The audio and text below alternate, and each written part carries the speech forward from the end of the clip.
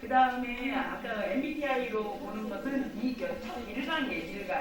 그리고 이번 시간에는 이제 우리 또 이래경 박사님이 교육을 하는 게 이제 두 번. 그래서 오늘 총 3강을 지금 수업을 하고 있는 거라서 선생님들이 이따 사인할 때 저희가 쳐놓은데 1강, 2강, 3, 아니 거기에 맞춰서 그냥 두 번 더 안 하신 분은 해주시면 좋겠고요.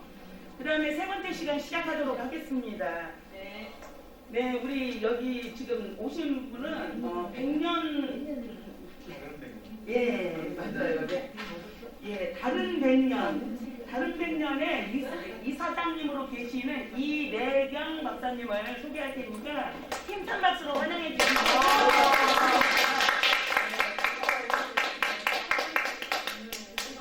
지금 쉬는 시간에 들어오고 계시네요. 제가 어떤 자리인지 몰라가지고 이게 자료를 방대하게 해줬습니다. 그러니까 아마 저를 초대해 주신 이유가 제가 문재인 정부가 들어서서 1년 만에 헷갈리기 시작했을 때 제가 쓴 책이 있어요. 시민주권 시대의 정치경제론이라고. 거기서 시민경제라고 우리한테는 잘 알려지지 않는 시민경제론을 소개했더니 아마 그거를 소개해달라고 저를 초대해 주신 것 같은데, 시민경제론을 이해하기 위해서는 우리가 살고 있는 현 시대, 자본주의, 특히 지난 40년 동안의 신자유주의를 알지 못하면 시민경제를 이해하기가 굉장히 어렵습니다. 그래서 제가 시민경제를 소개하기 위해서라도 자본주의가 뭔지, 신자유주의가 뭔지를 설명해 드리고, 그거 한 30-40분 얘기하고, 시민경제에 대해서 한 30분 정도 얘기하고, 혹시 시간이 나면 불평등 극복을 위한 대안의 얘기를 할 거고, 시간이 안 되면 그건 생략하도록 하겠습니다. 시작하겠습니다.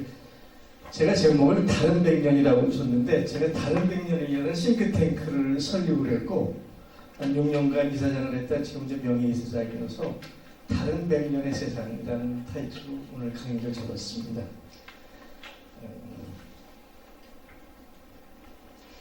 우리 촛불 이후에 한국사의 주요 과제를 한번 설명을 다 알고 있는 거죠. 우리 지속가능 조건의 위기가 왔다는 거. 그 다음에 지정학적으로 굉장히 지금 격변의 시대를 갖고 있는데 한반도, 분단된 한반도의 프로세스가 굉장히 어렵다는 거. 한국의 발전을 발목 잡는 가장 하는 것이 정치. 정치가 개입되지 않고는 앞으로 전진할 수 없다는 것. 그것이 이루어진다면 우리 삶 속에 깊이 관여하는 사회 경제 개혁을 어떻게 이룰 것인가. 이 네 가지가 한국사가 갖고 있는 큰 과제 사항이죠. 오늘 제 강의를 하기 위해서는 굉장히 중요한 개념이 제1섹터, 제2섹터, 제3섹터라는 개념이에요. 혹시 들어보신 분도 계시지만 굉장히 선입견 개념입니다.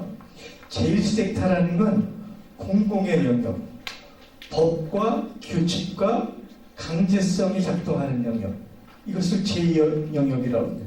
쉽게 얘기하면 국가와 정부, 공공이 작동하는 영역이죠. 제2섹터는 우리 삶에 필요한 재화와 서비스가 생산되는 영역, 그러니까 주로 이제 경제고 시장이 작동되는 영역이고, 개개인적으로는 직업의 영역일 수 있습니다. 이 제1섹터와 제2섹터를 뺀 나머지를 우리가 제3섹터라고 얘기해요. 쉽게 얘기하면 시민사회 영역이 될 수가 있죠. 그건 우리 살림의 근거지고 시민주도적이고, 여기서는 강제나 시장이 작동하는 게 아니라 규범과 관계성이 작동합니다. 다양한 복잡성들이 작동하는 영역이죠. 그래서 오늘 제1주제 자본주의에 대해서 잠깐, 특히 신자유주의에 대해서 얘기를 하겠습니다. 자본주의가 뭘까요? 심플하죠. 자본주의라는 것은 투입된 자본 대비 나온 성과된 자본의 차이, 자본의 자기 증식이 경제활동의 주동 동력이 되는 게 자본주의죠. 그걸 델타임이라고 해요. 투입된 돈보다 나온 돈이 많기를 추구하는, 그 델타임을 추구하는 경제 시스템을 자본주의라고 해요. 그렇죠? 심플하죠? 델타M. 이 델타M이 엄청나게 중요한 개념입니다. 자본의 자기증식. 이게 자본주의의 핵심인데, 자본주의는 두 개의 이데올로기, 사상적 배경을 가지고 있어요. 첫째는 개인적 자유주의. 조금 더 심하게 하면 이기적 자유주의. 자유주의는 자유주의인데 이기적인 자유주의. 개인적인 자유주의가 자본주의의 가장 중요한 이념적 배경이고, 두 번째는 사회적 재산권을 무제한적으로 인정하고자 하는 것이 자본주의입니다. 그러니까 이기적 개인주의와 사적 재산권을 가능한 무제한적으로 인정하고자 하는 게 자본주의예요. 근데 이 자본주의를 작동시키는 데는 크게 네 가지 기둥이 있습니다. 하나는 시장. 시장이 자본주의를 작동하는 제일 중요한 기둥이죠.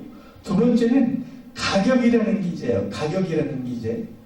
세 번째는 사람을 뭘로 보느냐?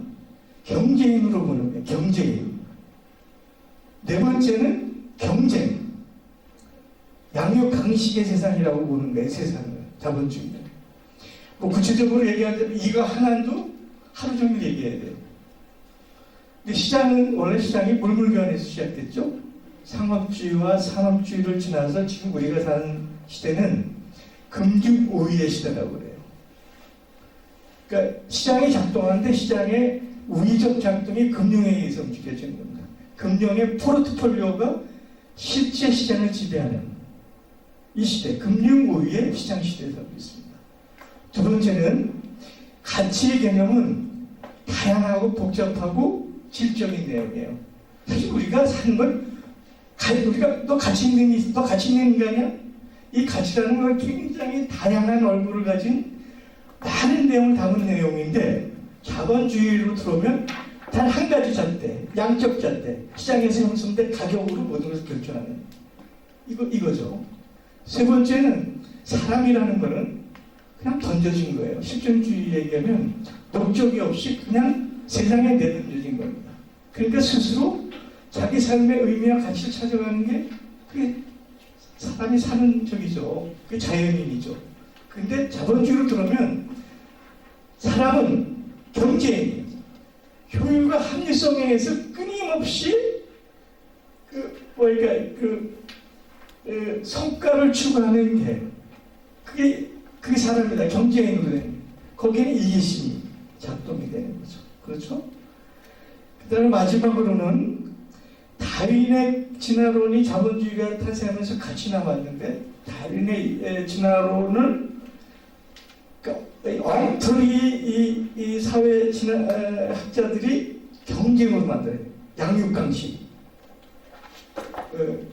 강자만이 사는 정글의 법칙처럼 자본주의를 만들었습니다. 근데 다윈이 얘기한 진화론은 그렇지 않아요.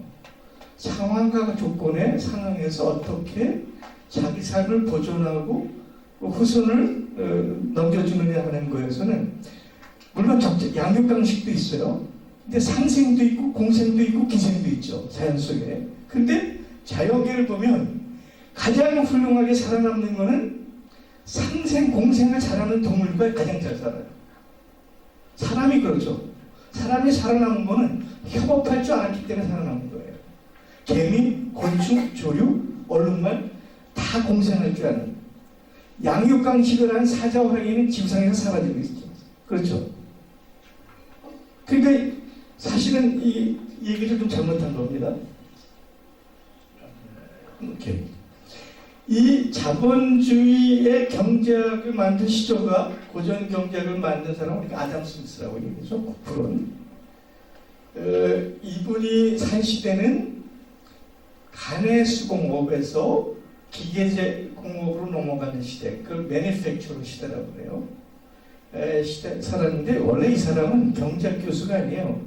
윤리학 교수입니다. 글래스고 대학에서 30년간 오로지 윤리학만 가르쳤는데 딱 1년만 쿠프론을 강의했어요. 그 1776년에. 근데 이분이 왜 쿠프론을 썼느냐? 영국 사람들이 너무 도덕적이진 않아. 양심이 없어. 비윤리적이야. 왜 그럴까? 곳간에 양식이 없어서 그래. 가난해서 그래. 그래서 영국인들이 먹고 살 게 충분하면 그래 비로소 윤리적이고 도덕적이 될 거다. 그 고민 속에서 만든 것이 국부론인데 국부론의 핵심은 두 가지입니다.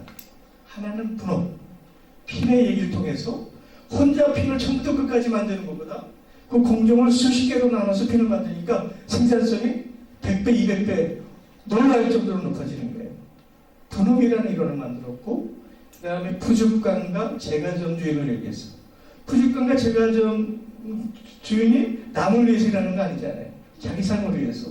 자기 삶을 풍요롭게 하기 위해서 자기 이심 때문에 열심히 일했는데 안 보이는 선이 수요와 공급을 조정해서 아주 균형 있게 그래서 우리 삶을 풍요롭게 만든다 해서 분업과 보이지 않는 선이라는 어마어마한 이론을 도입을 하면서 이제 그 소위 그때까지 경제학이라는 게 없었어요. 경제학은 정치 윤리학에 속해 있던 섹터였는데 그걸 경제학으로 분리시킨 사람이에요.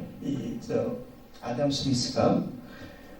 그런데 아담 스미스가 아까도 얘기했지만 아담 스미스가 경제학을 얘기한 것은 아까처럼 시장과 이기주의나 경쟁 때문에 한 게 아니잖아요. 인간의 해방, 인간다움, 인본주의를 위해서 경제학을, 인본주의 경제학을 했어요. 이걸 고전적인 정치 경제학이라고 해요. 그 다음에 아담 스미스가 또 한 얘기 중에 하나는 가치를 만드는 것은 우리 한 생활에 가치 있게 만드는 건 노동이다.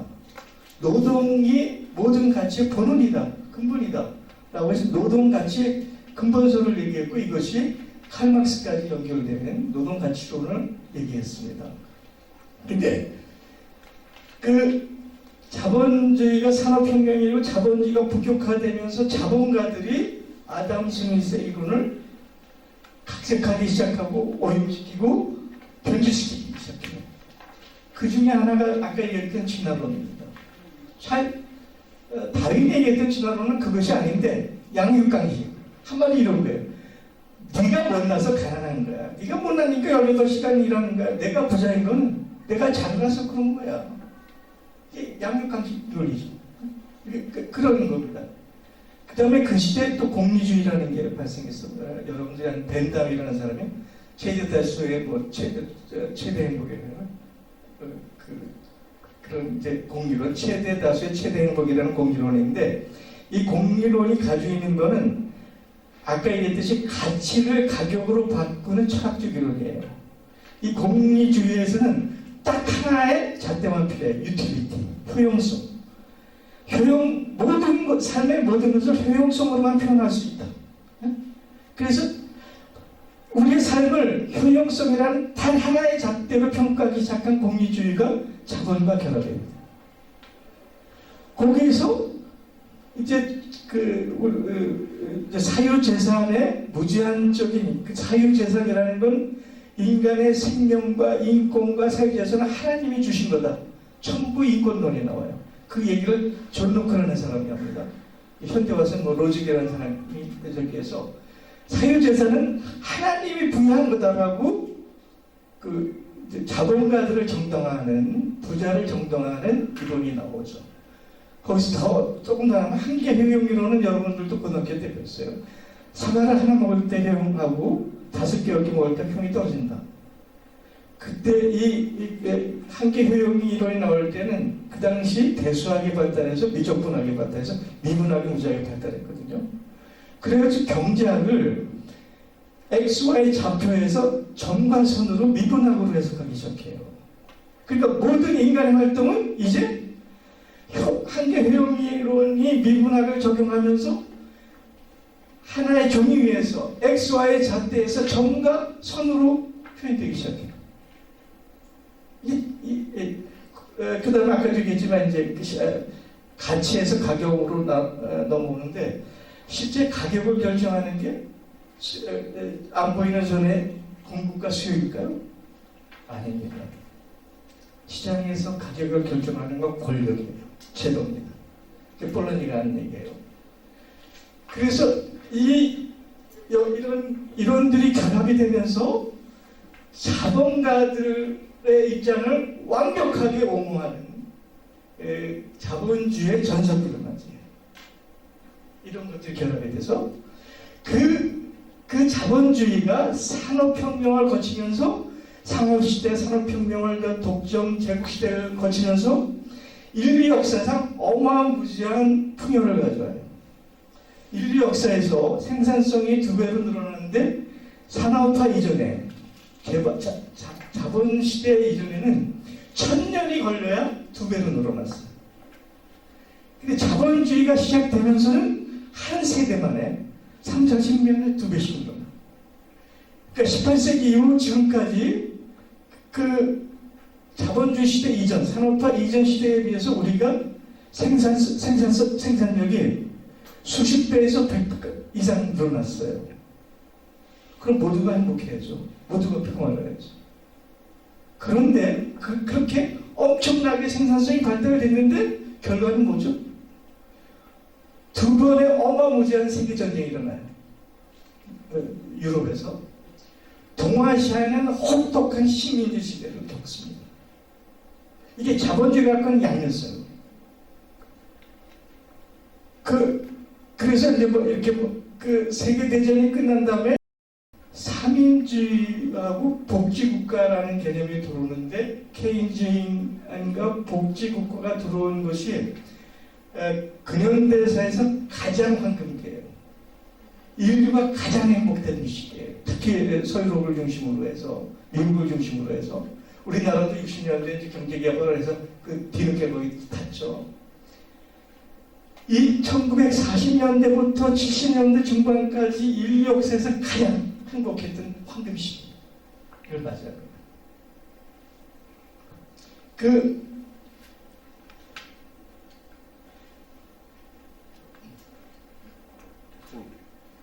황금 시기를 맞이한 거는 아까 얘기했던 제2섹터, 자본주의. 시장이 너무 무제한적으로 하고 너무 약탈하고 수탈하고 예를 들어 찰스 디킨스 소설에 보면 올리비아가 하는 그 저기 보면 10살의 노동자 어린애들과 여성들이 하루 18시간 일하는 게 그 자유주의가 극성을 폈던 자본주의의 모습이죠. 그게 이제 1, 2차 대전 이렇게 한 적이거든요. 그것에 대한 반격으로 제1섹터, 공공의 영역이 작동되기 시작하는 게 우리 황금기예요. 그 황금기에는 크게 한 4-5가지가 나타나는데 첫 번째는 마르크스가 했던 공산주의 이론인데 이건 스탈린의 계획경제로 해서 실패를 했죠. 그렇죠? 그러나 케인즈, 베버리지 이런 분들이 나타나서는 서유럽의 황금기를 맞이하게 되는데 이건 제 디테일하게 얘기 않습니다. 그 다음 케인즈하고 베버리지 이론을 섞은 게 노르딕 모델이에요. 그게 북유럽, 우리가 얘기한 스위든, 노르웨이, 핀란드, 이런 덴마크, 이 노르딕 모델이라고 하는데 이 사람들의 개념은 케인즈는 유효수요라는 경제에다 방점을 뒀고 베버리지는 사회 안전망, 요람에서 무덤까지라는 사회 복지에다 중점을 뒀는데 이거를 함께 결합을 시켜서 국가의 존재 이유는 인민들, 시민들의 삶의 안전을 제공하고 행복을 제공하는 거다. 그래서 스웨덴 그 유명한 그 요하네스성인가요? 국가는 인민의 집이다, 시민의 집이다 라고 얘기했죠.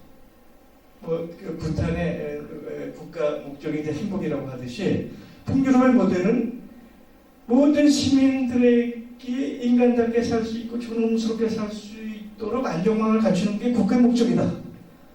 이런 거죠. 이것이 인류 역사상 가장 훌륭한 황금기 40년을 즐기기 위한 배경들이 제1섹터들이 시장을 제한하는 거죠. 또 하나는 중국의 현재 실험 과정에 있습니다. 중국이 물론 이제 마오쩌둥은 자력갱생이라는 계획경제를 했지만 김정통이 들어오면서는 국가 자본주의를 도입했고 후진타오 시진핑이 들어오면서 사회적 시장경제로 넘어가고 있습니다. 이런 건 아직 실험 단계에 있죠. 이런 것이 제1섹터로 들어왔는데 이제 오늘 얘기의 핵심 주제 신자유주의 시대로 들어옵니다. 신자유주의가 생기게 된 배경은 서유럽이 40년 동안 황금기를 거치면서 그 폐허가 됐던 유럽이 재건이 되잖아요. 그러면서 중산층들이 엄청나게 확장이 돼요. 전 인구 구성에서 70% 이상이 중산층이 돼요. 그리고 부가 쌓이기 시작하죠. 그러니까 중산층이 많아지고 경제가 활력이 돌아가니까 돈이 쌓이기 시작할 거 아닙니까? 그렇죠? 근데 2차 대전이 끝날 쯤에 그 미국이 중심으로 돼서 미국을 중심으로 하는 경제를 세웠을 때 미국 달러를 기축통화로 금태한 제도를 만들었고 가트 제도를 만들고 IMF, IDR라는 걸 도입을 했는데 그건 미국 중심의 달러 중심의 경제 체제였거든요. 그런데 서유럽이 커져오면서 서유럽의 유로 달러가 엄청나게 쌓이기 시작하고 그러니까 우선 수요 공급의 밸런스가 안 맞는 거예요. 수요가 많아지기 시작하니까 생활이 부유해지니까. 근데 이 브레튼 우드 체제라고 얘기하는데 브레튼 우드 체제의 금태환의 그 달러가 유럽이 요구하는 태환 요구를 대응할 수가 없어요. 그래서 금태환을 충전합니다. 금하고 연동을 끊어버려요. 그 피아트 명목화폐라고 그래요. 그냥 지폐야. 그러니까 미국이라는 공신력만 가지고 있는 거죠. 그래서 금태환이 중지되고 명목화폐, 불안화폐로 넘어가는데 아까도 얘기했지만 유럽에는 엄청난 그 부가 쌓이며 수요 공급이 적용해서 이미 물가가 오르기 시작하는데 그때 터진 게 뭐냐? 중동의 오일 달러예요. 중동 사람들이 또 이제 그러니까 전부 유럽하고 유럽들이 갖고 노니까 민족 자원주의에서 그때 뭐 오일이 힘이니까 배럴당 2, 3달러짜리를 4배, 5배 올려서 15달러로 올려요. 70년대 중반에. 거기서 끝나냐? 이란 혁명이 일어나서 또 4, 5배가 돼서 15달러 하던 게 40달러, 50달러가 올라가요. 그러면서 스태그 인플레이션, 우리가 지금도 스태그 인플레이션 얘기하죠. 물가는 엄청나게 뛰어. 그때 당시 미국의 물가가 연 20% 이상, 유럽도 다. 지금 우리가 뭐 10% 때문에 난리를 치는데 그때 20%. 그런데 공급 사이드에 문제가 생기면서 실업률도 부정에 높아져요. 보통 완전 실업률은 3%, 5%, 3% 정도는 완전 실업이라고 그래요. 5% 정도는 저실업률이라는데 이 시기를 거치면서 10%가 넘어서 유럽도 미국도 아주 고실업 시대를 맞이하죠. 그리고 저성장으로 떨어져요.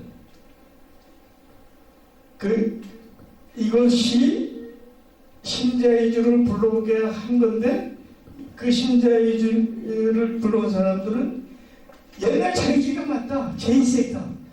시장이 법칙이고 시장이 하나님이고 시장이 시키는 대로 해야 된다. 이것이 우리한테 자유를 가져오는 유일한 방법이다. 라고 주장을 하면서 케인즈안의 주장, 베버리지의 주장, 노르딕 모델의 주장을 공격하기 시작합니다.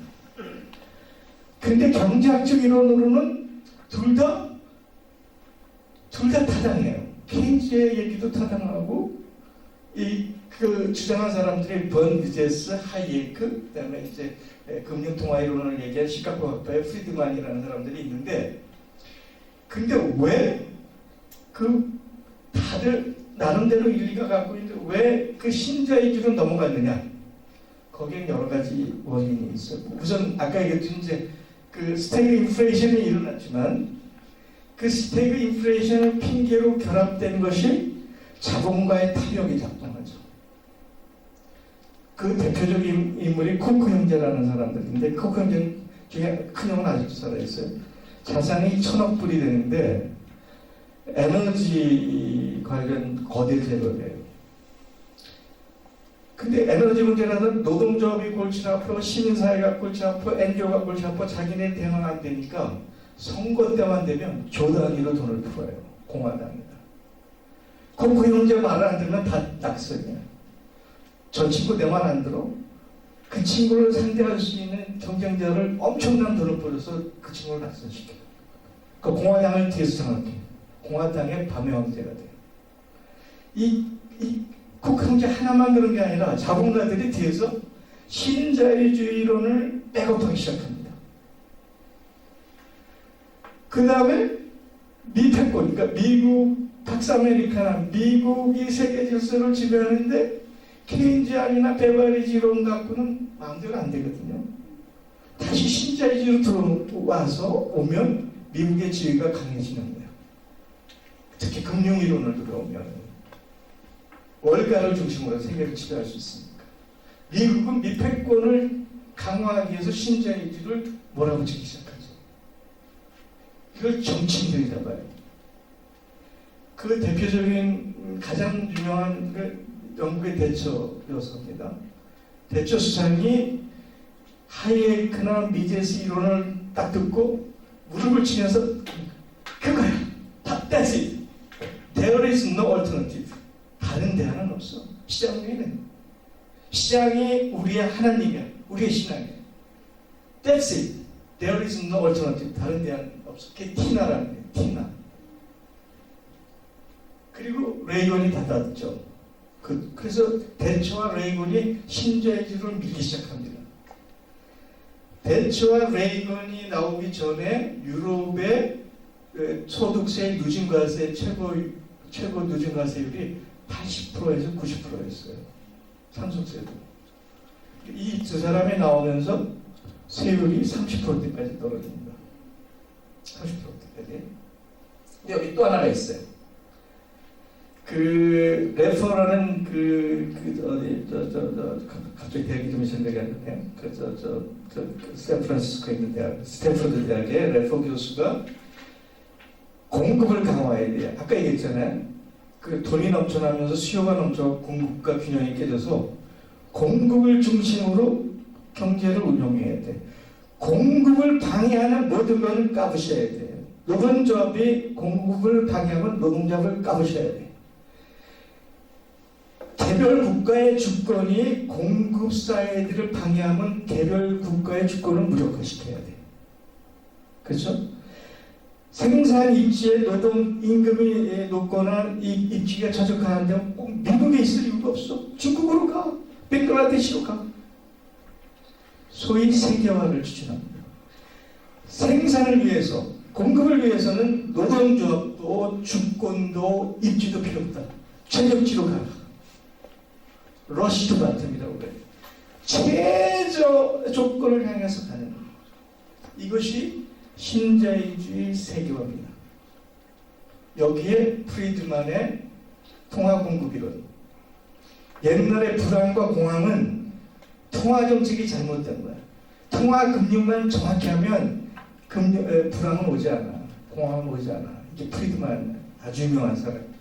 그런데 최근에 누가 입만 열면 프리드만 얘기하는 사람이 있어요. 누군지 아세요? 윤석열 대통령. 이 사람은 프리드만이 무슨 얘기하는지 솔직히 모를 거예요. 근데 입만 열면 프리드만이 자꾸 옳다는 거야. 이 프리드만의 공급 이론이, 그러니까 통화 이론이 금융 우위 이론이 돼요. 그래서 80년대, 90년대가 들어오면서 이게 세계화된 상황에서 그 경제 운영의 성과 모두가 뉴욕의 월가와 런던으로 올리기 시작합니다. 그게 40년 동안 인류사를 지배했던 거예요. 그게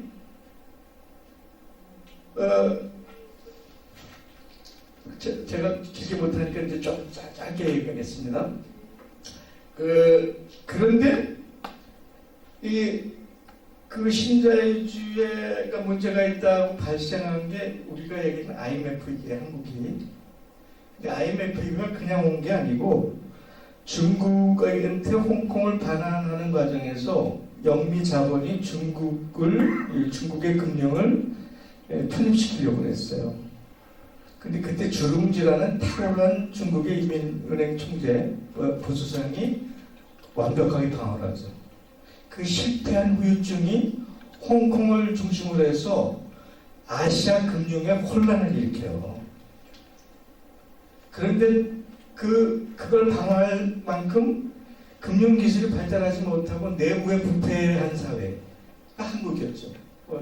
동남아 여러 나라하고 내부의 부패가 되지 않고 그것을 방어해낼 금융 시스템을 갖고 있는 나라는 금융위기를 거치지 않았어요. 근데 불행하게도 김영삼이가 세계화 세계화를 외치면서 금융에 대해서는 형편없는 수준에 있었고 우리나라가 관료들과 기업들이 형편없이 붙어있던 거예요. 그래서 우리가 IMF를 당한 거죠. 이것이 신자유주의 1차적인 충격으로 왔습니다. 그 뒤에 그건 이제 동아시아 쪽만 온 건데 2008년에 세계 금융위기가 리만 브로더스라고 하여간 뭐 길게 얘기하지만 금융이 자기 이익을 이뤄내기 위해서 할 수 있는 모든 수단을 다 동원해서 그 불량 그 금융 상품들을 만들어서 그냥 그 수건 돌리기로 돌리다 터진 사건이에요. 어마무시한 사건입니다. 그 2008년에 금융위기에서 발생한 로스가 전 인류가 만든 GDP 1년치가 다 날아가는 그런 어마무시한 사건입니다. 이게 그러면서 더 이상 신자유주의는 안 된다 라는 얘기가 나왔는데 그러면 신자유주의 40년 동안 어떤 일이 일어나느냐 몇 가지 얘기를 할 수가 있어요. 양극화가 어마무시하게 됐습니다. 0.1%가 그 40년 동안 경제 운영한 성과의 90%를 가지고 0.1%. 정확히는 26명입니다. 우리가 슈퍼리치라고 합니다. 거대 부자 1,000억 불이 넘는 26명이 가지고 있는 재산이 40년이 지나고 나니까 인류의 밑바닥에서 35억 명이 갖고 있는 재산과 같아요. 26명이 가지고 있는 재산. 인류가 밑바닥으로 35억이 갖고 있는 재산인 것 같아요. 최근에 데이터를 보니까 슈퍼리치는 1,000억 불이고 슈퍼리치는 10억 불입니다. 10억 불을 가지고 있는 슈퍼리치가 한 3,000명 정도 되는데 이 3,000명이 가지고 있는 부가 전 인류 민간이 가지고 있는 자산의 60%를 가지고 있어요. 이게 40년 동안 신자유주의가 얼마나 양극화가 크시는지. 우리나라 같은 경우에는 여기 나오죠. 소득보다는 자산이 중요한데 우리가 5배수를 얘기하는데 5배수는 아무 의미가 없어요. 신자유주의는 10배수로 얘기했는데 10배수라면 상위 10%가 하위 10%의 자산의 30배를 가지고 있어요. 그리고 금융과 부동산 소득을 1%가 70%를 가지고 있어요. 10%가 95%를 가지고 있어요. 이게 되는 겁니다. 근데 이 격차가 어느 정도냐? 구한말에 그 삼정의 문란으로 해서 여러분들 역사 시간에 배우잖아요. 농민 반란이 막 엄청나게 일어나잖아요. 네? 홍동내난도 일어나고 뭡니까 동학 농민도 일어나고 그때보다 진입 개수가 우리 지금 현실이 더 높습니다. 그래서 빈부 격차만 심해졌느냐? 아니죠. 이 지구는 제한되어 있는데 지구의 자원을 무제한적으로 소비를 하면서 생태계를 파괴해요. 그래서 기후위기를 만드는 원인이 됩니다. 그 다음에 끊임없이 버블을 만들면서 인류의 삶 전체를 불안하게 만듭니다. 이 얘기는 제가 넘어갈게요. 시간이 너무 없어서. 그러면 이제 2008년에 나왔는데 지금 10몇 년이 지났는데 대안을 만들었느냐? 불행하게도 신자유주의의 대안들을 못 만들었어. 그럼 신자유주의 원인이 뭐냐도 여기 나오네요. 또 하나 내가 빼먹은 신자유주의의 아까 극심한 양극화, 자원의 가설이 기후온난화, 불안전 문제가 있는데 놀랍게도 신자유주의 시대의 생산성이 케인즈나 복지체제의 소굴합의 생산성 반밖에 안 돼. 그 1940년부터 70년, 80년에 미국이나 소굴합이나 한국이나 실질적인 생산성이 연 3%씩 성장을 했는데 평균 신자유주의 시대는 1%밖에 성장을 안 해요. 역설이죠. 그렇게 무제한적으로 해방을 시켜주는데 자본의 탐욕에 대해서 생산성이 떨어진 겁니다. 그러니까 신자유주의는 더 이상 계속될 수 없는 거죠. 근데 이 원인을 블랙스완이란 말 알죠? 흑색 백조. 백조 허였는데 꺼같아. 그러니까 일시적인 이상현상이다. 그러니까 뭐 별 복잡할 거 없다라는 이론이 있는가 하면 페텔 0.1%만 살이 쪘기 때문에 0.1%가 살을 좀 빼면 된다. 롱테일 꼬리가 기니까 꼬리를 말면 된다. 그 자본주의, 신자유주의는 계속 가는데 좀 보완하면 된다. 이런 얘기가 있는가 하면 근본적으로 시스템의 트랜스포메이션, 경제 운영 체제를 확 바꿔야 된다. 혁명을 하든 변혁을 하든 개혁을 하든 그 대안적인 것이 한 5가지가 있습니다. 첫 번째는 자본주의는 계속될 수 있다. 단 아담 스미스가 얘기했던 원래대로 가서 도덕적으로, 규범적으로 집에서, 학교에서, 사회에서, 국가에서 규범적으로, 윤리적으로 운영하면 된다. 그래서 규범적 자본주의라는 얘기가 나옵니다. 그러니까 뭐 기업의 경제민주화라든지 윤리경영이라든지 사회적 책임투자라든지 이런 얘기들이 다 그런 개념에서 나오는 거죠. 미국의 유명한 그 대통령 후보까지 나왔던 민주당의 엘리자베스 워런이라는 여성이 있어요. 대단히 유명한 여성이죠. 하버드 대학에서 민법학 교수를 하다가 상원의원이 된 매사추세츠 상원의원이죠. 이분은 나는 뼛속까지 자본주의자다. 그런데 자본주의가 왜 그렇게 잘못됐냐? 제도가 잘못됐기 때문에 그렇다. 제도만 고쳐주면 자본주의는 계속될 수 있다. 그러니까 제도 개혁을 통해서 자본주의는 계속할 수 있게 개혁할 수 있다라고 하는 게 대안 제도입니다. 대안 두 번째는 삼인주의, 그 프랑크푸르트 슐레라고 프랑크푸르트 학파라고 있는데 그 제3세대라고 하는 호네트라는 분이 있는데 사회주의를 재해석해서 사회주의 쪽으로 가야 된다. 근데 사회주의가 왜 실패했느냐? 경제적 결정주의, 역사적 유물론적 역사적 결정주의 때문에 망했다. 경제에다 모든 것을 강조하고 역사는 결정적이라고 해석한 거가 잘못됐다.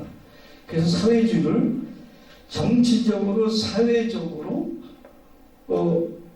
자유의 강점을 두고 인간의 의지에서 미래가 열춰진다고 재해석하면 사회주의로 가는 게 옳다 하는 게 그 사회주의 재발견이라는 책이 있었어요. 이 사람이 썼고 또 대안은 노르딕 모델, 스웨덴이나 핀란드나 이쪽에 그 신자유주의 때 상당히 좀 망가졌는데 원형적인 노르딕 모델을 복원하면 그것이 인류의 미래의 대안이다 라고 하는 주장이 있고요. 아직도 실험적인 거는 그 전 세계에다 적용할 건 아니지만 중국이나 쿠바나 일부 지역에서는 사회주의 방식의 시장주의를 결합해서 사회주의의 이념을 실현할 수 있다고 하는 게 현재 중국이 실험적으로 가고 있는 겁니다. 그다음에 마지막으로 미국의 시민사회가 중심으로 된 것이 시민연대경제라는 개념이 있어요. 그거는 제가 앞으로 소개할 시민경제론과 일부 연동이 돼서 그때 조금 더 설명하도록 하겠습니다. 이것으로서 제가 자본주의, 특히 신자유주의 비판과 대안에 대해서 제가 한 35분 동안 얘기를 했습니다. 대충 이해가 가시나요? 어렵진 않았나요? 사실 기본 지식이 탄탄하지 않으니까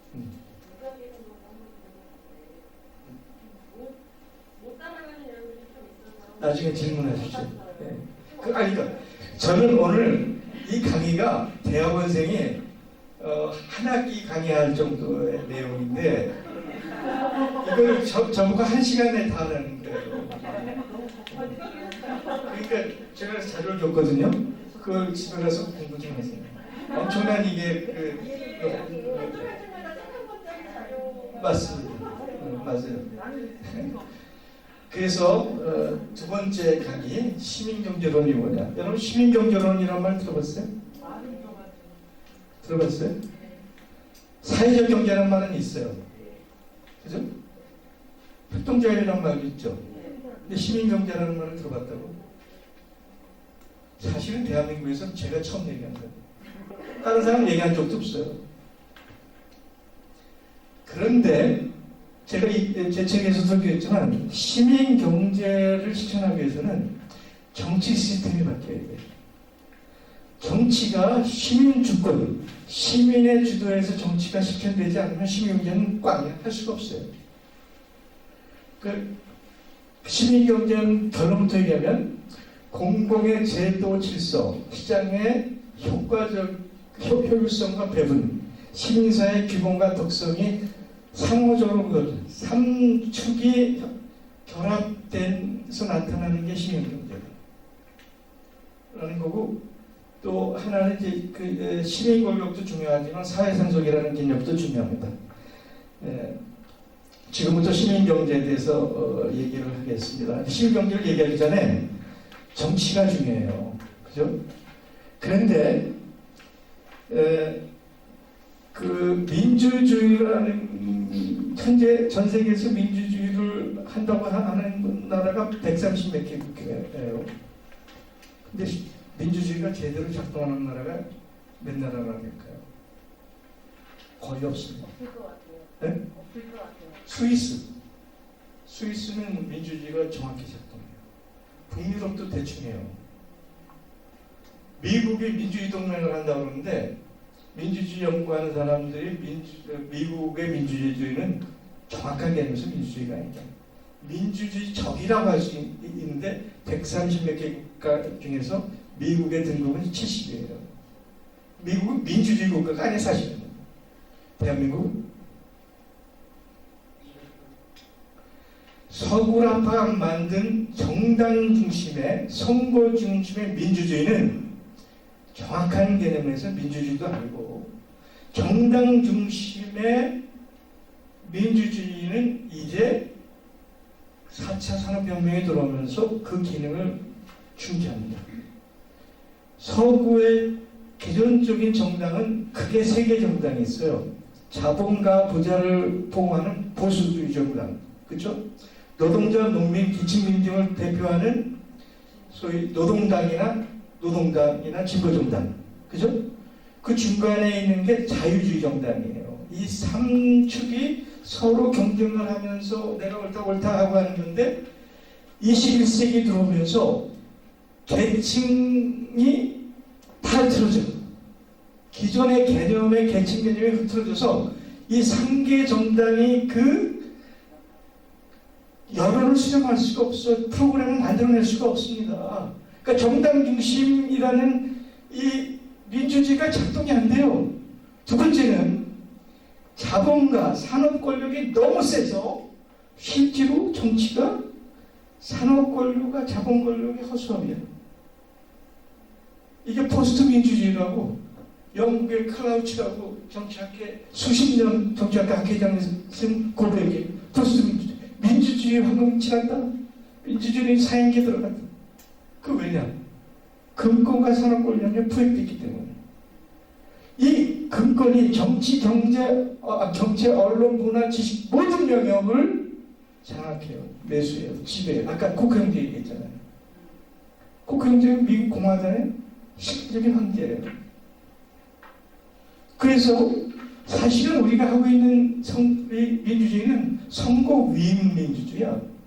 그러니까 형식적 논리적, 절차적, 위임적. 그러니까 정치인이 전업인, 프로페셔널하네. 똑똑한 놈만 한다.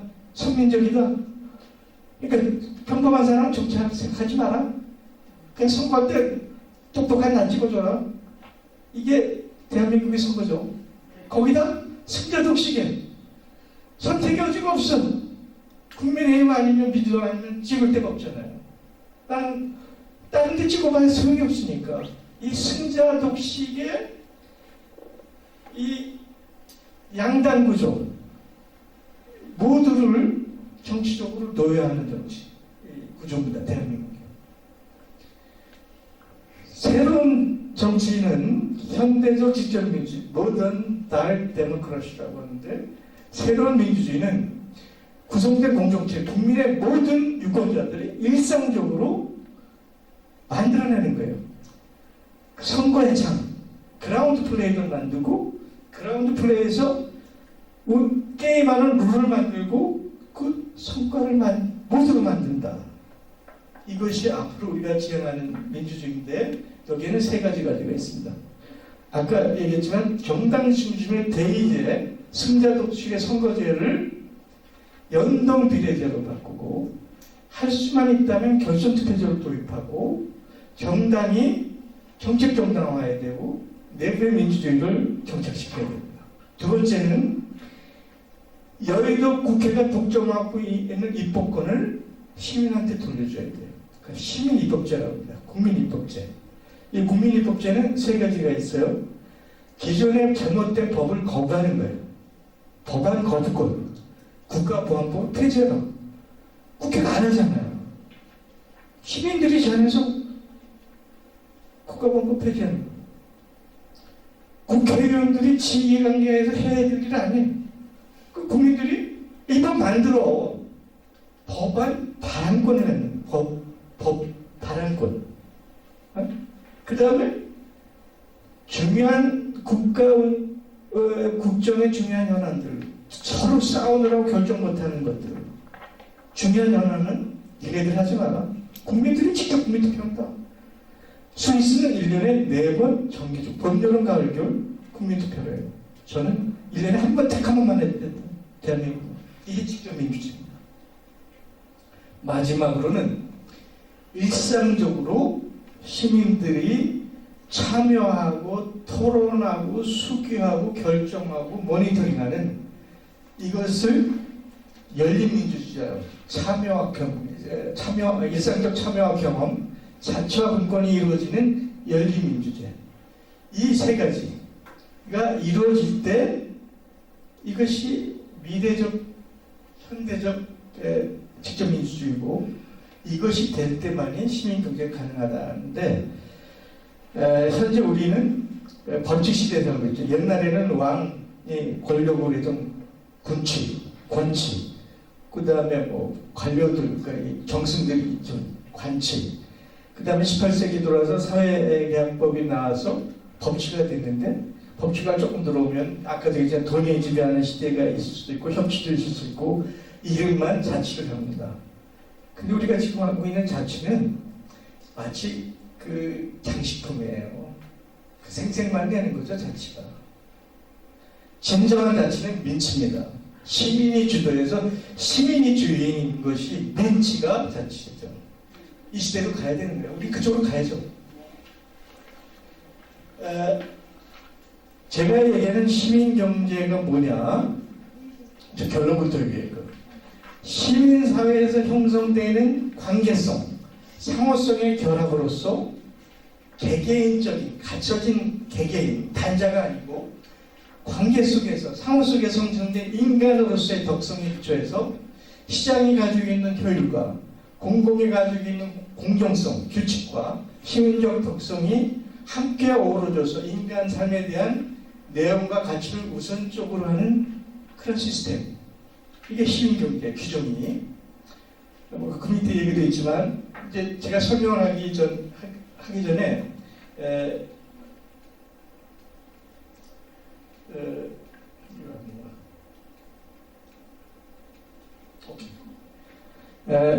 아주 쉽게 차트화를 만들었고 이 얘기를 설명한 다음에 다시 앞으로 가겠습니다. 아까 그 J-섹터 시장의 영역은 시장이 갖고 있는 아주 훌륭한 역할이 있어요. 자원을 최적으로 배분을 제일 잘합니다. 그러니까 수요 공급 균형을 맞춰주죠. 그 다음에 효율성이 높아요. 그 자원을 만드는 효율성이 시장이 가장 우선합니다. 그죠? 그 다음에 어디로 우리가 가야 되느냐 하는 혁신의 방향도 가르쳐줘요. 제공합니다. 순환도 이루어지죠. 이 시장이 굉장히 중요합니다. 그죠? 시장은 중요한 거예요. 근데 반면에 그 시장 딥에 숨어있는 자원의 탐욕에 의해서 수탈, 부패, 탐욕, 아까도 양극화, 기후위기, 생태위기 이런 것들을 만들어내죠. 그런데 우리가 협동조합이니 사회적 경제를 얘기하는데 사회적 경제의 중요한 부분은 그 사회적 경제 운영한 성과를 비영리적 성격을 부여하는 거예요. 그것을 한 사람의 이익으로 가지고 가는 게 아니고 그 사회적 경제 참여한 모든 부분들에게 공정하게 배분하거나 그 사회적 경제가 위치한 그 사회의 그 성과를 되돌려주는 거죠. 사회적 경제라는 게. 그죠? 그런데 문제는 사회적 경제도 여전히 시장 경제 논리 속에 갇혀 있다는 거예요.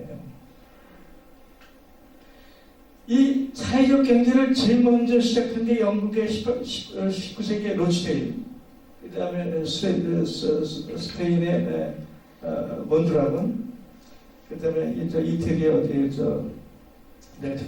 볼로냐 지역, 또 캐나다의 밴쿠버 지역, 일본의 고베 지역, 아주 유명한 지역들입니다.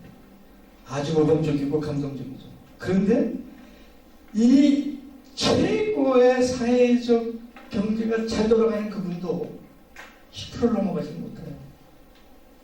그 사회에 가지고 있는 그 경제의 비중이 고용은 조금 더 있을 수가 있어요. 그 다음에 신자유주의가 들어오면서 축소가 되기 시작해요. 확장이 안 됩니다. 갇혀 있습니다. 대한민국도 사회적 기업 육성법이 나오고 협동조합법이 나왔지만 2~3% 선에서 확장이 안 돼요. 정부 공공영역에서 지원을 끊으면 80%가 무너집니다. 갇혀 있어요. 시장의 영역에. 이것을 제3사이트로 띄어내라. 그리고 그 사이에 삼투막을 설치하는 거예요. 삼투막. 그 삼투막을 누가 설치하나? 공공이, 국가가, 정치 권력이. 그 제1섹터죠. 제1섹터가 삼투막이라는 게 뭐냐면 우리 피부가 삼투막이에요. 세포막이 삼투막입니다. 선택적으로 통과 여부를 결정하는 거죠. 그죠?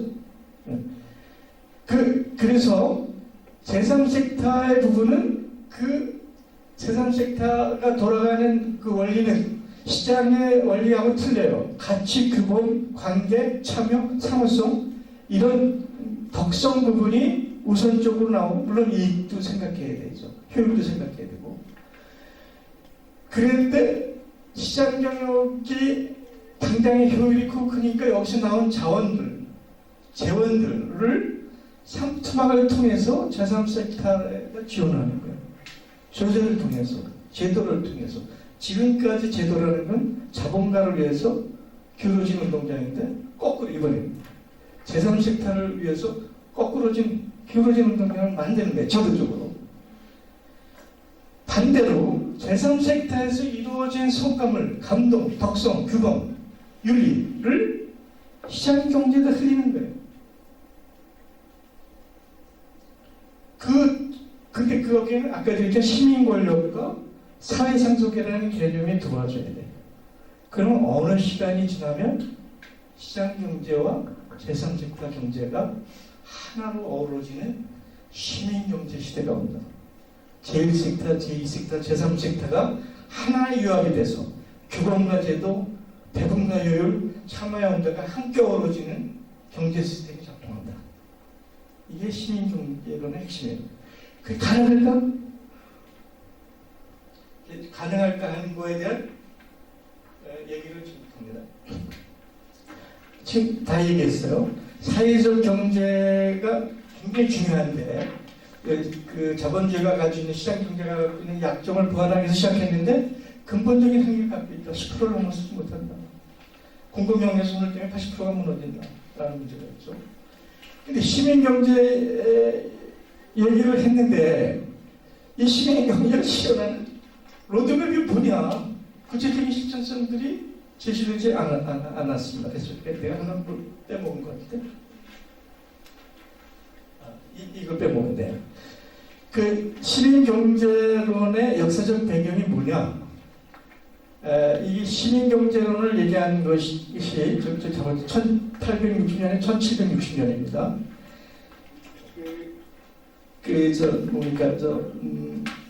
아담 스미스가 자본론을 국부론을 쓴 게 1776년에 십몇 년 전에 나폴리 대학의 제노베시 교수가 시민경제론 강의를 했어요. 그러니까 실제로 국부론보다 먼저 이루어진 거죠. 그죠? 근데 그것이 이제 나중에 2000년이 지나서 볼로냐나 대학하고 롬사 캐톨릭의 브루노 교수가 공주한 에코노미와 시빌리아라는 책이 우리나라에 번역됐습니다. 북도듬이라는 출판사에서 21세기 시민경제론으로 나와 있는데 그거 관심 있는 사보세요. 북도듬 출판사의 21세기 시민경제론. 그 배경은 뭐냐면 첫 번째는 예수의 사랑이에요. 예수의 사랑.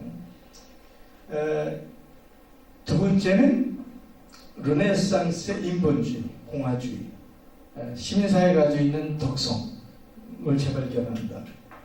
그런데 이제 캐톨릭의 수도원이 이제 형제적 사랑을 시작했는데 그 대표적인 기관이 뭐냐면 몬테디 피에타라는 게 있어요. 피에타라는 말은 아시죠? 무조건적인 모성애. 죽은 예수를 끌어안고 흐느끼는 마리아상을 피에타상이라고 해요. 무조건적인 모성애적 사랑을 피에타라고 해요. 몬테디 피에타라는 것은 모성애적인 대출기관입니다. 그러니까 서민들한테 무이자로 조건 없이 대출해주는 기관입니다. 수도원이 중심이 돼서 운영을 했어요.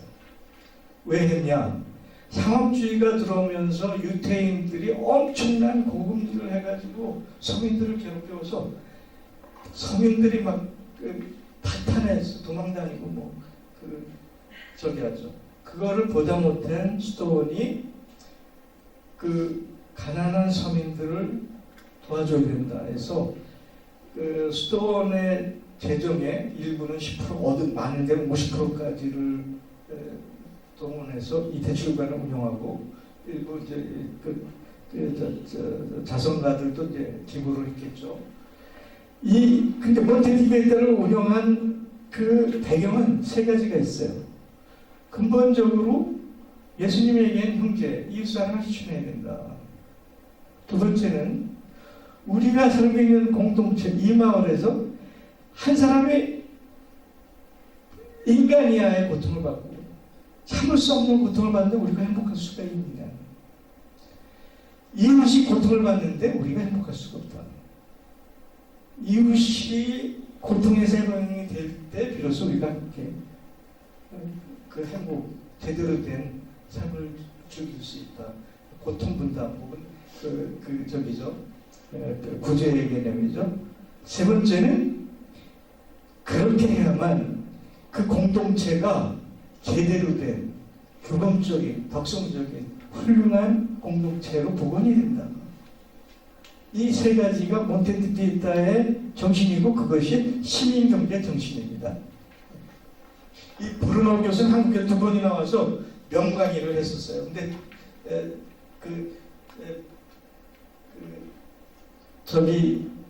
언론이 제대로 반영을 안 했죠.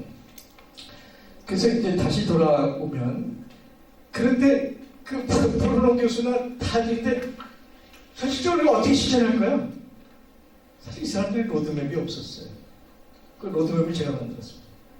자랑스럽게 제가 가심 있게 제가 로드맵을 그렇게 만든 겁니다. 여기서 이제 금융이 뭐냐, 기업이 뭐냐 하는 게 있는데 이거는 시간 약속해서 소개하고 그래서 이제 국가 권력이 중요하다는 얘기를 했는데 또 하나는 사회상속 개념이에요. 미국의 전무후무한 천재 법학자, 비판 법학자 아직도 살아있죠. 28살에 하버드 법대 종신 교수단이에요. 전무후무한 기록입니다. 원래는 브라질리언이에요. 이 사람은 사회상속 개념이라는 개념을 들어왔는데 개인이 자기가 종신했을 때 그 사람이 가지고 있는 재산을 자식 새끼나 제3자한테 주는 것이 아니고 국가 공공으로 귀속시키는 걸 원칙으로 해야 됩니다. 그리고 그 재산을 다음 세대들에게 사회상속 계정으로 부여해야 된다. 여기서 중요한 것은 삼인주의든 케인주의든 베버리안이든 노르딩 모델이든 전부 다 공공 그 안전망, 공공 뭐 복지 이런 것만 얘기했지 물적의 소유, 그러니까 이 산업의 물적 기반은 손을 대지 않았어요. 그런데 원고는 그것이 2차 산업혁명이든 4차 산업이든 그 산업의 물적 기반의 소유 구조를 분산시키지 않는 한은 영원히 자본은 저기하고 불평등은 지속된다. 모든 사람이 물적의 소유 기반에 접근할 수 있어야 된다. 다음 세대들은. 이 개념이에요. 놀랍죠? 놀라운 생각이죠. 예? 근데 이것이 왜 가능했느냐? 여태까지 인류의 경제는 자본이 중심, 자본이 없으면 안 된 거예요. 근데 어느새 21세기에 들어와서는 자본은 꽝이야. 자본이요, 넘쳐나. 수십조 달러가 투자처를 묻혀져서 이 수십조의 달러가 자기 수익을 내려고 일부러 전쟁도 일으켜. 문제를 일으켜야 지네들이 이익을 내니까.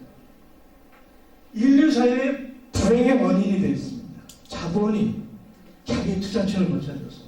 근데 21세기 인류의 경제를 움직이는 중심 동력은 뭐냐? 과학기술이에요. 혁신입니다.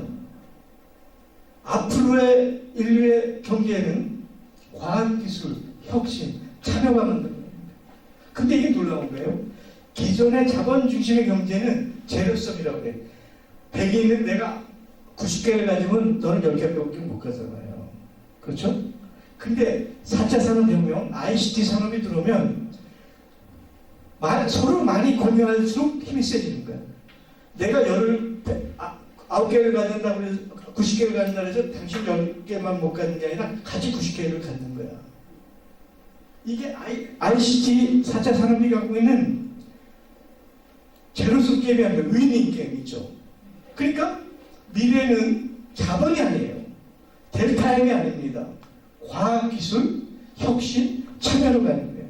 그래서 21세기의 경제는 앞으로 인류 미래는 성찰과 참여와 협력과 형식과 공유 이 재순환을 통해서 전진해 가는 거예요.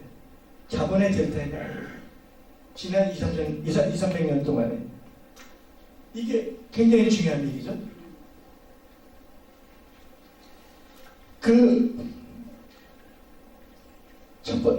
제가 수평, 아까 삼투막을 얘기하고 양수 얘기를 했죠. 양수라는 건 투표 날린다는 얘기예요. 그죠? 정세와 정책을 통해서 시장에 만들어낸 재원을 국가가 제도를 통해서 시민경제 방향으로 이동하고 시민경제에서 보여진 성과, 덕성, 철학을 사회를 통해서 시장경제용으로 요즘 얘기하는 게 ESG라든지 SRI라든지 CSR이라든지 다 윤리경영이라든지 경제민주화라든지 이런 개념들이 다 여기서 나오는 거죠. 그런데 제3섹터 아까도 얘기했지만 소유 방식을 다양하게 전개해야 되는데 그 중에 가장 중요한 것이 협동조합 방식이 가장 기대치가 높죠. 종업원 지주 방식도 좋고 마을 기업도 좋고 사회적 기업도 좋은데 가장 이상적인 건 역시 협동조합입니다. 그래서 제3섹터를 키워주는데 가장 중요한 것은 사회금융이에요. 사회금융. 그 스스로 돌아갈 수 있는 자원을 제공해 주는 건데 우리가 지금 사회적 경제 금융법을 준비하고 있는데 아직 통과가 안 됐어요. 그죠? 준비하고 있는데 열심히 준비하고 있는데 반대하는 사람도 많고 방해도 많고 해서 어쨌든 준비를 하고 있습니다. 또 하나는 우리가 클라우드 금융이라고 아시죠?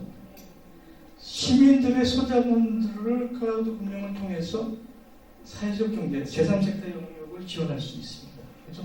이것도 활성화시켜야 돼요.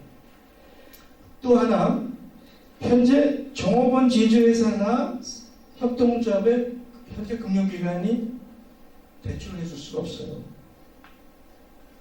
일부 그 협동조합 지원금이라고 나와 있는데 너무 금액이 작습니다. 그런데 내가 여러 번 문재인 정부 들어섰을 때 다양한 채널로 얘기를 했어요.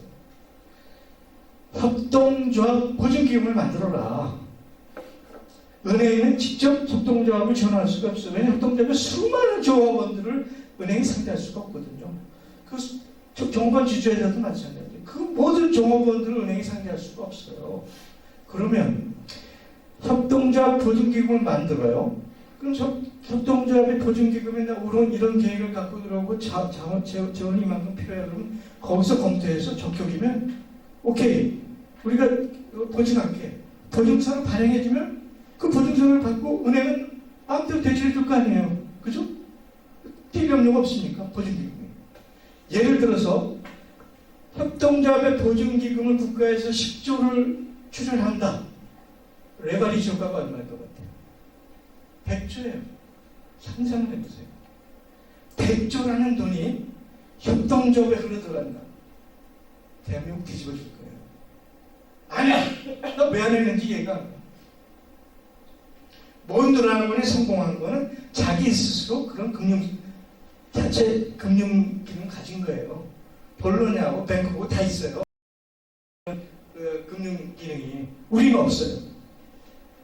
또 요즘 재밌는 게 이제 몇 교수님들에 의해서 사회적 기업, 협동조합의 사회 공헌 가치를 회계적 가치를 인정하자.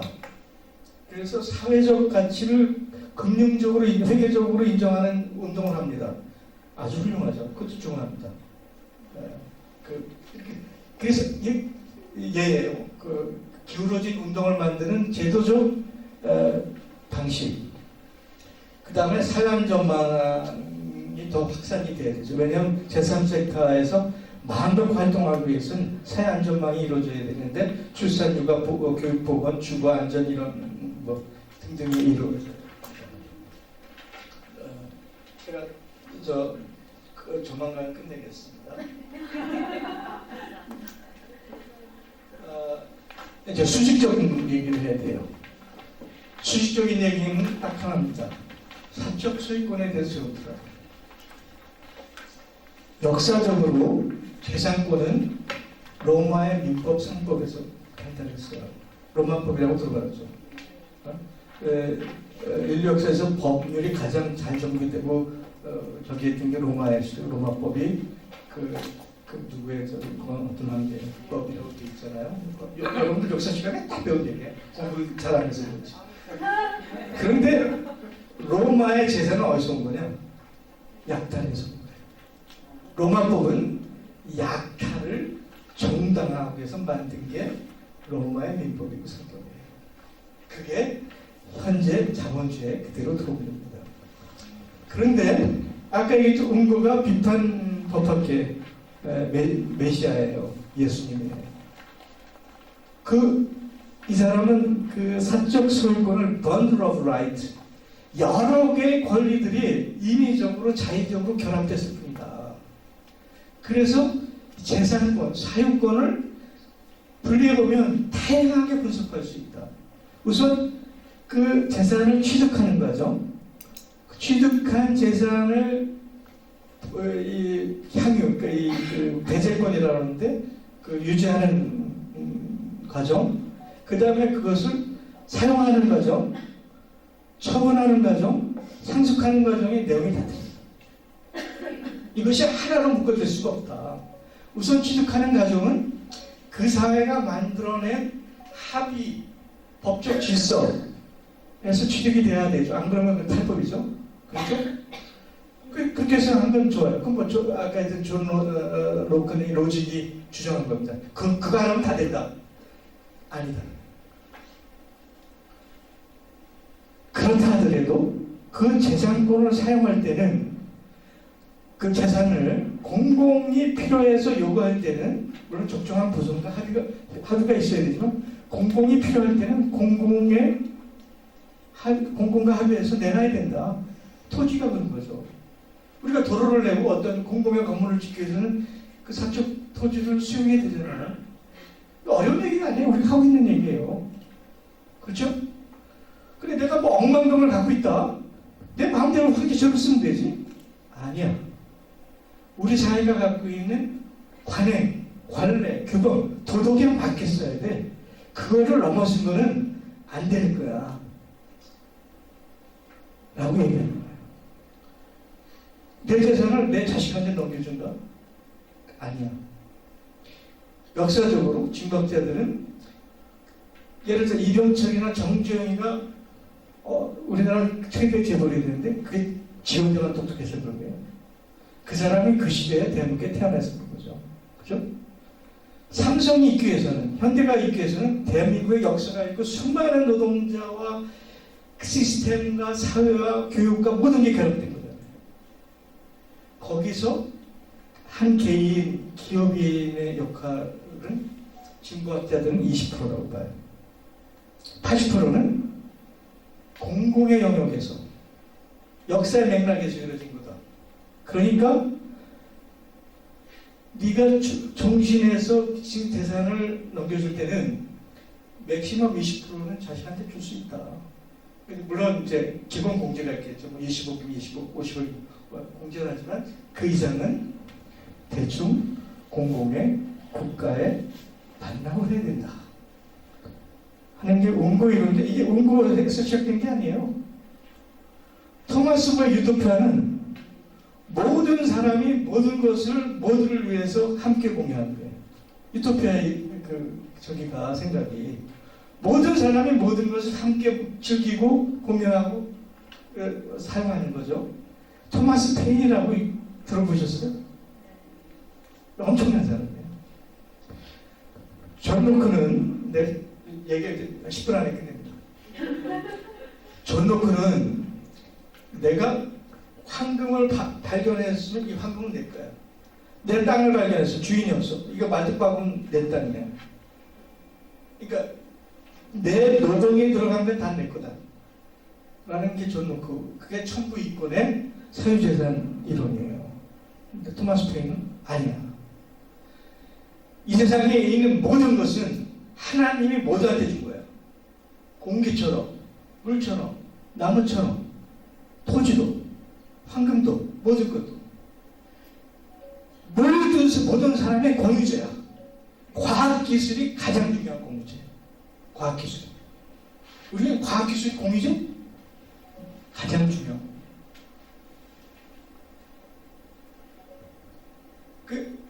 근데 네가 거기서 노동을 했으면 노동한 것만큼만 네 거야. 그게 20%만 네 거야. 이게 토마스 페인이 얘기한 거예요. 요즘 우리한테 관광을 받는 뿌리에라는 사람이 있어요. 뿌리에는 원래 막스가 몽상적 사회주의라고 얘기했는데 제가 인문적 사회주의라고 이름을 바꿨는데 뿌리에서 적정한 인간의 소득, 배당의 얘기를 했고 이것이 기본소득의 철학으로 지금 확고하게 바뀌었죠. 현재 우리가 기본소득이라고 얘기하는 그 철학의 출발이 뿌리에서 옵니다. 통일의 이론이라는 저기에서 내가 단어를 잊어버리는데 조금 있으면 생각나요. 이상적인 공동체 빨랑주의라는 개념을 만들어요. 800명에서 2000명의 공동체를 만들고 거기에서 누구나 인간의 존엄을 느낄 수 있는 기본소득은 보장이 돼야 된다. 그게 기본소득 개념이죠. 빨랑주의 개념. 존 롤스라고 다 들어봤을 거예요. 존 롤스는 1970년대 미국의 자존이에요. 하버드 대학의 철학 교수인데, 정치 철학 교수인데, 미국의 철학자가 별로 존 두이나 뭐 제임스가 있을까? 존 롤스가 나타남으로 해서 미국이 유럽을 압도해. 정치 철학에서. 미국의 자존심이야. 하버드의 자존심이야. 하버드 역대 가장 위대한 정치 사상가예요. 존 롤스. 정의론을 쓴 사람입니다. 이 사람은 민주주의가 제대로 작동하려면 모든 사람이 인간답게 살 수 있는 최대 재산이 있어야 된다.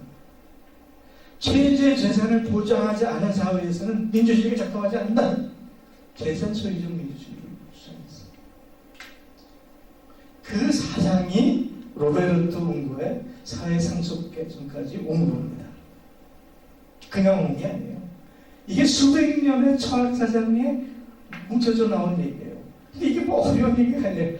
우리 집대조세제, 헨리 조지가 다 이런 개념의 주택지세, 우리 보유세라고 얘기하는 거잖아요. 일정 부분 이상 하면 보유세 2, 3% 5%씩 받아내도 되는 거예요. 금융교래, 자산에 대해서 누진가지. 그 토마스 피케티, 토마스 피케티라고 얘기 들어봤어요? 21세기 자본론? 공부 좀 하세요. 이걸 모르면 우리 시대를 산 사람이 아니야. 피케티를 모르면 우리 시대를 산 사람이 아니라니까. 그 엘리자베스 워런도 똑같은 얘기를 했는데요. 일정 부분 이상의 자산은 뭐 1, 2%가 아니에요. 5%, 7%가 자산에 대해서 소득이 아니에요. 그렇게 해서 생긴, 그건 상속자 아까 얘기했죠. 그것을 국가재정으로 투입하는 게 아니에요. 국민연금처럼 중앙투자기관으로 들어가는 거예요. 중앙투자기관. 국가하고 정부하고 분리돼요. 국민연금을 운영하는 것처럼 거기서 이 자금을 어떻게 운영할까? 그냥 이익만 내는 게 아니에요. 이 사람들은 교육, 안전, 무슨 R&D, 혁신, 다양한 포트폴리오들을 구상하죠. 그 방향을. 그래서 그 자금을 할당을 하는데 그냥 할당하는 게 아니에요. 그러니까 이제 그 개별 경제활동 에이전트, 그 개인일 수도 있고 법인일 수도 있죠. 그 사람들이 나 이거 할 거야 라고 신청할 수 있죠. 그래서 이것이 소위 생산활동의 물적 기반을 누구나 접근할 수 있도록 오픈하는 거예요. 그러면 그 신청한 것을 프로페셔널한 운영회사들, 자산 운영회사들이 주어진 조건, R&D에 할당됐으면 R&D에, 협동조합에 할당됐으면 협동조합, 교육에 할당됐으면 교육, 뭐 안전망에 거기에 할당된 범위 내에서 어플라이한 모든 프로포저를 거기에서 자원을 할당을 하는 거예요. 그렇죠? 그럼 모든 사람이 물적 기반, 그러니까 재정 때문에 생산 활동을 못한다 하는 문제가 없어지죠. 그렇죠? 그럼 지금 연금보험에서 하는 거나 똑같은가요? 영국에서 얘기한 거는 우리나라 연금 국민연금에서 하는 그거는 그 연금을 받아야 될 사람들의 연금 지원을 마련하기 위해서 연금을 최적화하게 운영하는 게 국민연금이죠. 근데 성격은 틀리죠, 지금은. 저희는 지금 이제 월급 받는 사람들 월급에서 그렇죠. 월급을 주는 건데 이거는 그런 연기금을 주는 것이 아니고 생산활동에 물적 기반의 재정 지원을 요청하면 심사를 해서 적정한 재정을 지원하는 거예요. 그렇죠? 그렇게 돼서 시민 경제를 끌고 가는 거에는 기본 자산 개념, 기본 소득 개념, 선택적 복지 정부군이 같이 결합이 되면서 수직적 방향에서 저기합니다. 그런데 기본 소득의 개념과 기본 자산의 개념이 어떻게 차이가 있냐? 기본 소득은 일정 기간의 경제 활동한 성과를 배분하는 거예요. 배당이죠, 배당 말하자면 경제 활동에 대한 성과를 그 국가사회 그 멤버들한테 다 배당하는 거고, 기본 자산은 물적 기반에 대한 소유권을 부여하는 거예요. 소유권을. 그러니까 세계적으로 얘기하면 손익계산서 같은 거고 대차대조표 같은 거예요. 내용이 틀립니다. 그다음 마지막으로 복지청구권이 뭐냐, 선택적. 우리가 여태까지 사회안전망, 복지는 나라에서 정해서 일방적으로 그냥 위에서 탑다운 내려오는 거예요. 개개인의 사정은 별 의미가 없어. 나라에서 정한 룰에 의해서, 규칙에 의해서, 규정에 의해서 주장해요. 근데 우리 삶은 다 틀려요. 모든 사람의 삶의 조건이 틀립니다. 그걸 그냥 일방적으로 결정된 복지체계에서 내려오잖아요. 그게 도움이 될 수는 있어요. 세이프 네트워크, 안전망적 역할을 할 수 있죠. 그러나 미래는 내 삶에는 이런 게 필요해. 그래가지고 마치 퇴직연금에 IRP라고 있어요. 자기가 옵션으로 해서 나는 이런 걸로 내 퇴직연금을 운영할 거야 하는 마찬가지. 자기 미래 복지 프로그램을 국가에서 옵션을 쫙 깔아주면 나는 요거를 내 복지 프로그램을 짤 거야. 이게 선택적 복지권이라는, 이것도 내가 처음 생각하는 거야. 전 세계에서.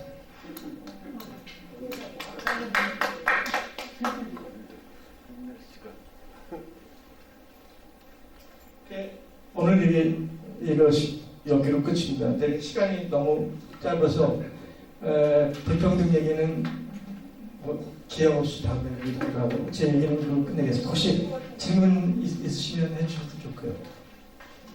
혹시 질문 있으시면 말을 질문.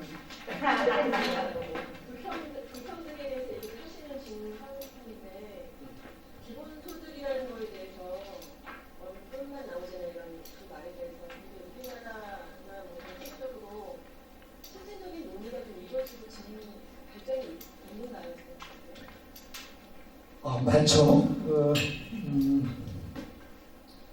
내가 기피의 연구인데 그 비행이라고 있어요. 그 전 세계 기본소득 네트워크가 있는데 벨지움의 루뱅 대학이 그 출발이 돼서 그 루뱅 대학 그 교수들이 우리나라 강남은 교수나 몇 사람이 저기에서 하는데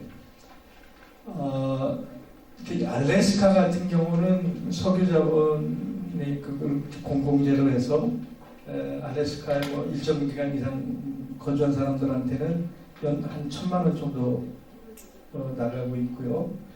핀란드에서 실험을 해서 일단 실험이 끝나서 그걸 어떻게 확산할 거냐는 거가 남아 있고요.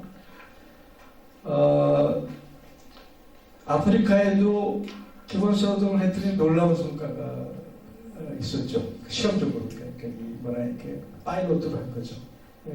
그 대대적으로 한 게 아니고 그래서 기본소득이 유효하다. 나이로비인가 어디가에서 시작을 했고요. 많은 나라들이 선거 때만 되면 기본소득 얘기입니다. 했는데 뭐 일부 했는지 안 했는지는 모르겠고요. 최근에 스페인이 기본소득을 선언했죠. 그래가지고 제가 조건을 모르는데 한 70만 원 정도의 물론 조건이 있어요. 그가 이미 법제화가 돼서 이제 시행 단계에 들어갔습니다. 스페인이 포데모스 포데모스가 위켄이라는 뜻이거든요. 그 포데모스의 영향이 굉장히 큽니다. 그래서 스페인은 이미 그게 이제 전 뭔지 모르지만 좀 제한 조건이 있지만 약 70만 원 정도의 기본소득이 시작이 됐고 대한민국에서는 이재명 씨가 얘기를 했다 좀 했는데 기본소득을 할 때 스위스에서 국민투표를 해서 부결됐었어요. 그죠? 그래갖고 봐라 아직 준비가 안 됐지 않냐. 근데 그거는 잘못된 얘기예요. 사실은 스위스에서도 통과될 수도 있었어요. 근데 그 기본소득을 국민투표로 추정하는 사람들이 처음부터 이건 안 될 거야. 그래갖고 홍보 효과를만 노리는 거야. 그러니까 5%만 지지를 받아도 우리는 대성공이야. 그래갖고 기본소득의 기본액을 너무나 높이 잡았어. 우리나라도 300만 원, 400만 원 가까이 잡았어. 그러면 스위스 GDP의 한 40%를 기본소득으로 했다고 해야 돼요. 너무 가정적으로. 예를 들어서 스위스에서 그걸 100만 원을 잡았으면 지금 5시에 뒤에 수업이 있대요. 여기서 잘못해가지고 저희 일정을 모르고 바로 5시부터 나가요. 요 얘기만 하고 끝내겠습니다. 만약에 그거를 100만 원으로 했으면 통과가 됐을 거예요. 그런데 젊은 층에서는 50% 이상 지지를 받았고 일부 지역에서도 노동자들이 많이 있는 지역에서도 50% 넘어서 전체적으로 30몇 % 받았어요. 추진한 사람이 5%만 받으면 되는데 30몇 %입니다. 이건 해야 되는 얘기죠. 미국에서도 유명한 양인가요? 미스터 양이 해가지고 기본소득은 4차 산업혁명, 소위 저는 지식경제 시대라고 하는데 지식경제 시대에는 반드시 와야 되는 필수적 사항이라고 판단하고 있습니다. 반드시 옵니다. 오랜만에 좀 뇌가 깨이는 느낌을 저는 받아서 완전히 이해를 못했는데 우리 선생님들도 아마 그러셨을 거라고 믿고 머리가 정말 이런 어지러워. 강의는 저희가 한 4시간 연속으로 들어야 될 것 같아요. 우리 다음에 그런 기회가 있었으면 좋겠고 우리 이래웅 박사님한테 정말 좋은 생각할 거리 주셨다고 큰